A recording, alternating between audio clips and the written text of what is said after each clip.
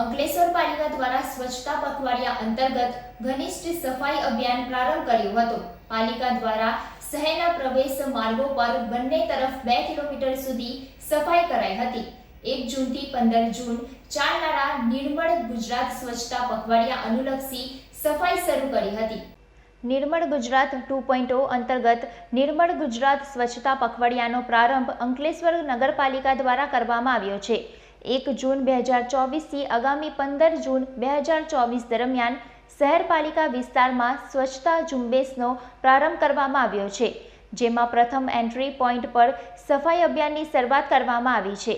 પાલિકા ward number 1 થી 9 માં આ સફાઈ કામગીરી પણ શરૂ કરવામાં આવી છે, જેમાં એન્ટ્રી પોઈન્ટમાં ન્યૂ રેલવે બ્રિજ કડકિયા કોલેજથી પ્રારંભ કરી શહેરમાંથી પસાર થતો મુખ્ય માર્ગ તેમજ ચૌટા નાકાથી ગળખોલ ટી બ્રિજ અને જૂના નેશનલ હાઈવે નંબર 8 તેમજ ઓએનજીસી ઓવરબ્રિજથી રાજપીપળા ચોકડી તરફનો પાલિકા વિસ્તારનો માર્ગ તેમજ ચર્ચ નાકાથી નગરપાલિકા ઓફિસ સુધીનો મુખ્ય માર્ગની સફાઈ તેમજ ડિવાઈડરની સફાઈ શરૂ કરવામાં આવી છે।